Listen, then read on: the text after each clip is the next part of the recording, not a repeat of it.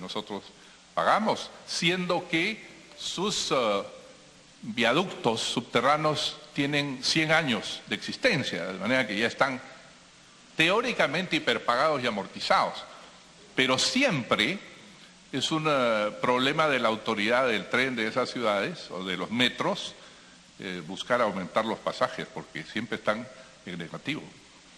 En el caso del tren eléctrico línea 1, ¿hay rentabilidad negativa para el Estado? ¿Se conceptualizó esta rentabilidad negativa entendiendo que era necesario para la ciudad?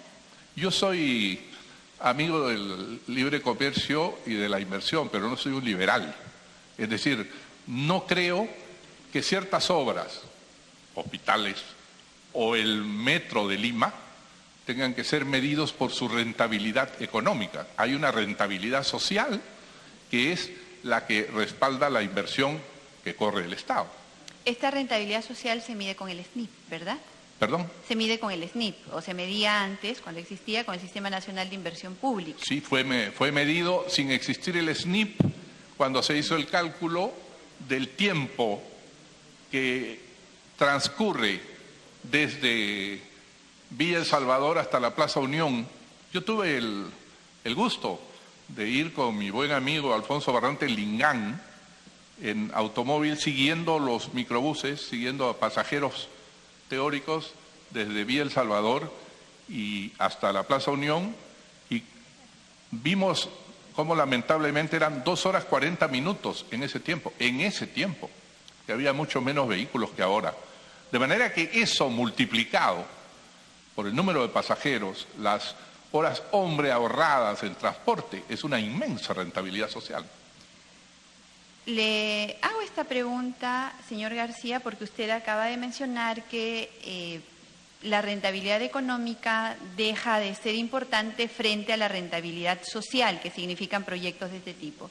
Entonces yo le pregunto e insisto en la rentabilidad social porque al inicio de su intervención ha dicho que no le pareció importante evaluar la rentabilidad social de este proyecto a través del SNIP porque esa evaluación de la rentabilidad social ya la habían hecho cuando conceptualizaron este proyecto en la primera oportunidad.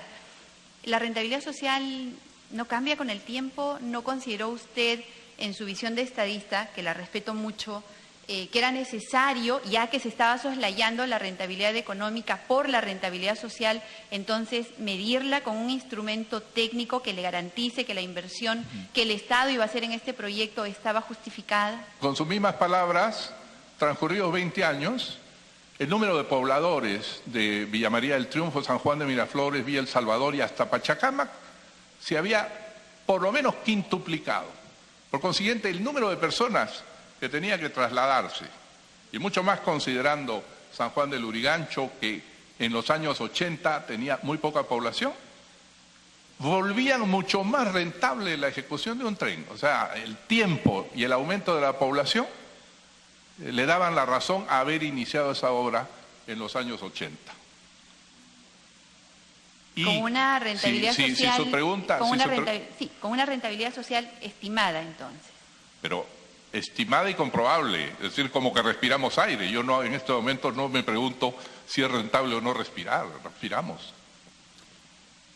Señor García, volvamos al instrumento del estudio de la CAF que les dio a ustedes el convencimiento de que deberían pasar de obra con recursos privados a una obra pública. Perdone, yo no he dicho que ese estudio que fue entregado al municipio de Lima nos dio el convencimiento. ¿Existió otro instrumento? Por obvias razones de conocimiento y de obras, estábamos seguros de que no iba a caminar nuevamente un proceso de los que hizo el municipio de Lima, porque no había empresa que se pudiera arriesgar, 1, por rentabilidad privada, y 2, porque habíamos, no olvide usted que estamos hablando del año 2009, primeros días del mes de febrero del año 2009, en que el estallido de la crisis mundial era de tal envergadura que no iba a venir un centavo de crédito al Perú. Insisto, señor García, entonces, si no fue con el estudio de la CAF, ¿con qué estudio o apoyándose en qué el exministro de Transportes le comunica a usted el sustento para poder cambiar de concesión a obra pública con recursos enteramente públicos? Sí, además tenemos en cuenta que el acuerdo mismo de la municipalidad decía que debería ser una concesión. Entonces, ¿en qué momento, si no fue con el estudio de la CAF, como usted acaba de decir que no fue, al principio dijo que ese fue un estudio importante, entonces permítame, yo termino mi pregunta y después lo escucho porque para nosotros es importante este punto. ¿Cómo es que el exministro de Transportes le comunica a usted y cuándo, además, le comunica la decisión de cambiar de obra de concesión a obra pública? En más de una ocasión, con el señor ministro Carranza y el señor ministro Cornejo, se conversó sobre los esfuerzos infructuosos del municipio de Lima y la necesidad de que participara el Estado. Como he dicho, no sé si el señor Castañeda solicitó hacer él el viaducto, contratarlo, para de esa manera hacer viable una ejecución del tren, que no es solamente el viaducto, son los rieles, las catenarias, los sistemas de trenes y después la operación. Pero yo lo veía como obvio, a mí me pareció que no era de mucho pensar, entender que no iba a haber empresa privada que se hiciera cargo, por ejemplo, del Hospital 2 de Mayo, salvo que usted ponga las tarifas de atención a precios que no van a poder pagar los pacientes del 2 de Mayo. Además, esto no se inventó, se había declarado de necesidad y utilidad pública en 3 ocasiones por leyes del Congreso el proyecto del tren eléctrico y además la necesidad de extender el tren eléctrico aprobado por el Congreso, de manera que era un consenso y los instrumentos que se usan, si es posible convocar un peaje sobre carretera con alta rentabilidad, se convoca vía privada, pero si una obra de esta dimensión que requiere la envergadura que tiene el viaducto del tren no va a poder ser asumido por una empresa porque no lo recuperará en 100 años, nadie vendrá. Y eso lo teníamos muy claro. Sí, yo lo comprendo y estoy segura que todos lo comprendemos. Sin embargo, y atendiendo aquí hemos reiterado muchas veces que hablemos de hechos y los hechos se sustentan cuando se trata de decisiones de Estado en instrumentos. Por eso es que estoy insistiendo en la pregunta. Entonces, ¿cuál fue el fundamento técnico que el ministro Cornejo, convencido, como estaba usted, como estaba convencido el exministro Carranza, de que se debería hacer el cambio de una concesión a una obra pública? ¿Cuál fue el instrumento técnico que usaron ustedes para tomar esa decisión y en qué momento se alcanzó ese instrumento técnico? El ministro Cornejo estaba ante esta comisión y era la oportunidad de solicitarle los informes internos de sus direcciones y de sus subdirecciones y grupos de asesoría para ver numéricamente cuál era esa razón.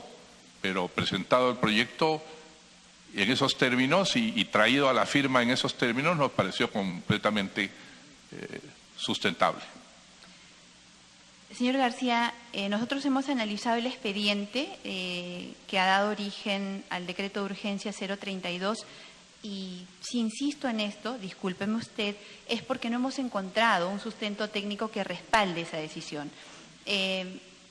Cuando usted empezó a hablar del documento de la CAF, empecé a entender de que entonces ese debería haber sido el instrumento técnico que sustentó la decisión.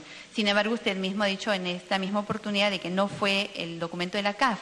Entonces, insisto, si no hay un instrumento me dice que no hubo, ¿no? Pero insisto, ¿hubo algún sustento técnico que el exministro Carranza o el exministro Cornejo le alcanzaran a usted para sustentar esta decisión de dar el decreto de urgencia 032? Ojo, permítame por favor, antes, el Congreso da muchas leyes declarativas.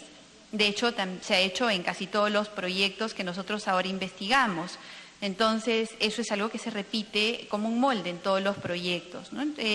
Y a la pregunta concreta, entonces, ¿no vio usted un instrumento técnico, ni le fue alcanzado un sustento técnico, ni se debatió un instrumento técnico en una sesión o de Consejo de Ministros o entre usted y el ministro Carranza y el ministro o exministros Cornejo para tomar esta decisión?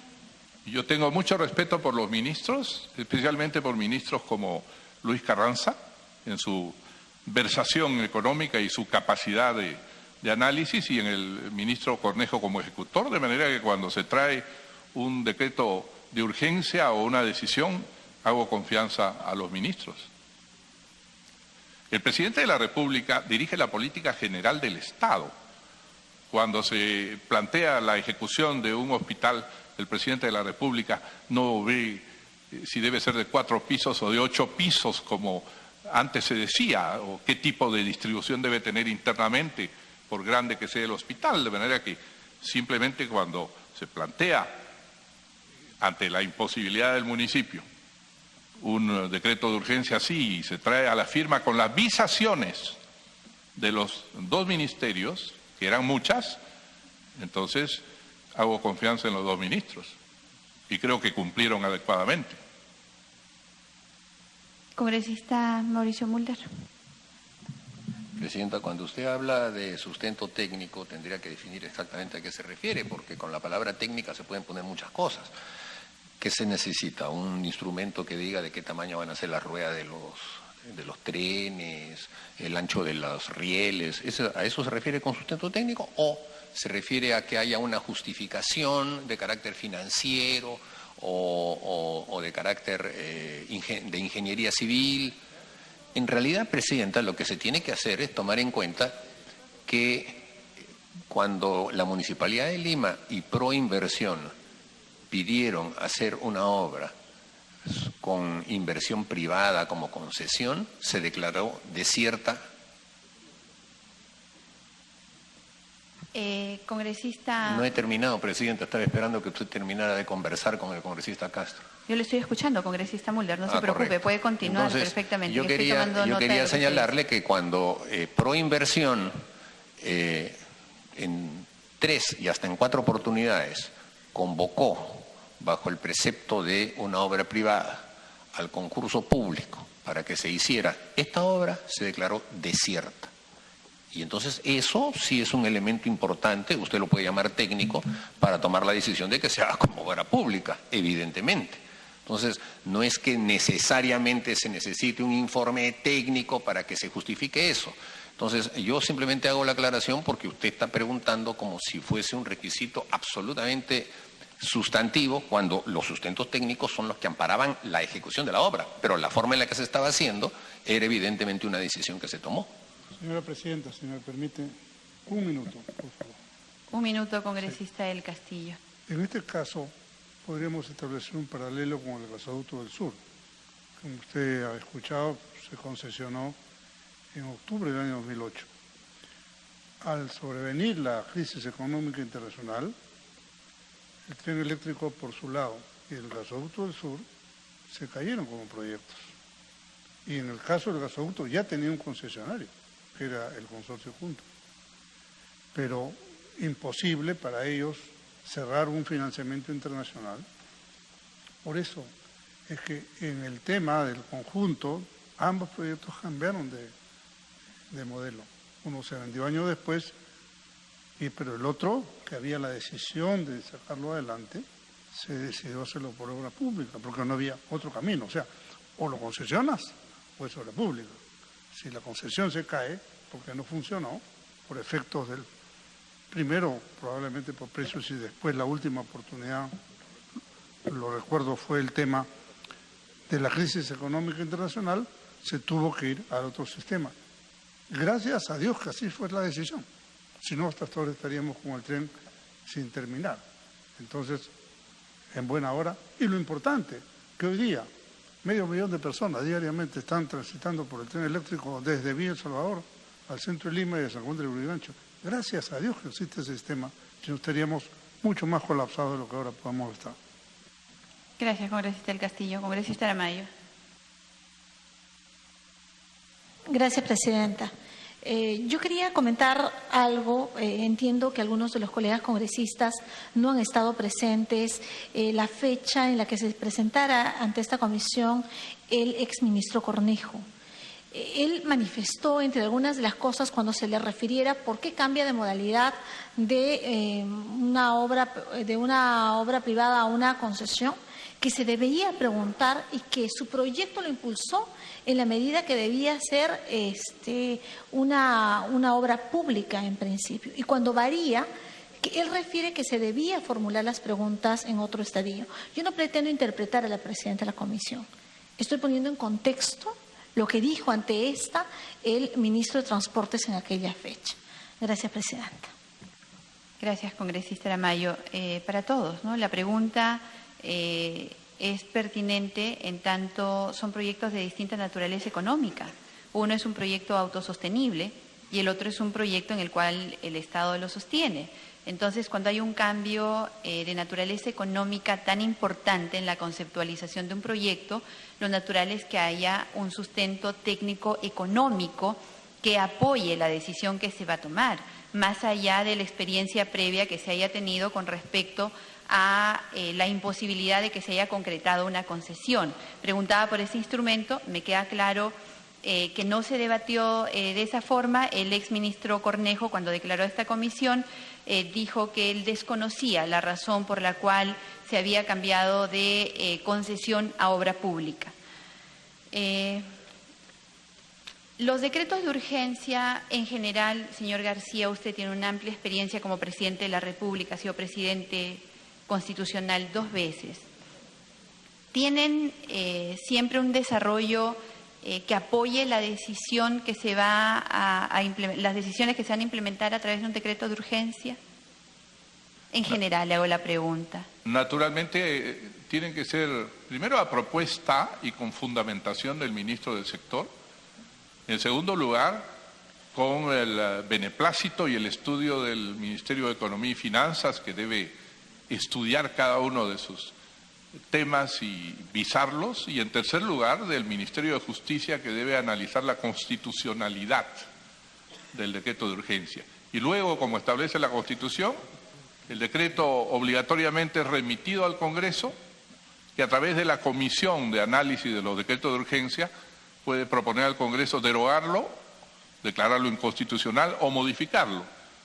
Y yo he entendido siempre que cuando pasa un periodo largo en que el Parlamento no lo hace, lo ha constitucionalizado, es decir, lo ha convalidado. Sí, tienen un procedimiento especial.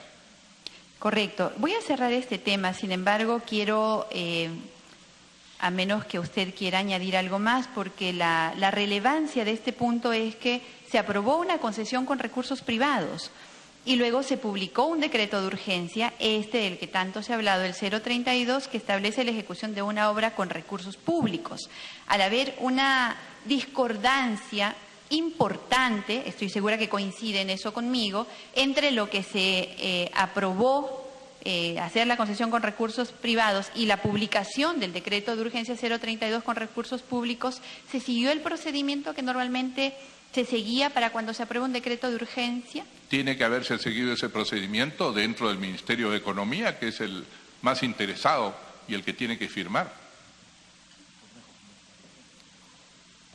Es una pregunta de concepto, si usted quiere me la responde.